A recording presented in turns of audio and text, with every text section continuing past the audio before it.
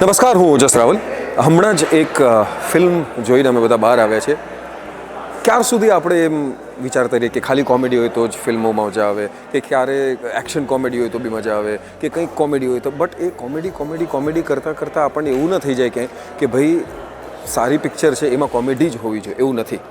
તારો થયો એક એવી ફિલ્મ છે જેમાં ભારોભાર મર્મની વાત છે, અને મર્મની વાત હૃદયસ્પર્શી છે. અને શેના વખાણ કરીએ ને શેના ન કરીએ.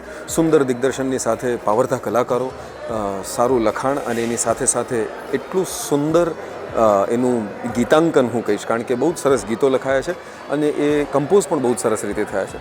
જે બાકીના જેટલા પણ સપોર્ટિવ કલાકારો છે એ લોકોએ બી સરસ અભિનય કર્યો છે. અને એક એવી ફિલ્મ છે જે એક એવો વિષય વસ્તુ કે જે આપણા વાસ્તવિક જીવનમાં પણ ક્યારેક કદાચ આવી શક્યો હોય, કદાચ આવી પણ ગયો હોય.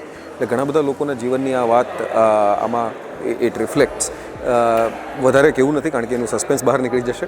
But it is a film about a day to day life of possibly એનીબન. એ તમે હોઈ શકો, હું હોઈ શકું, કોઈ પણ હોઈ શકે, આપણા જીવનમાં આ થઈ શકે એવી એક ફિલ્મ.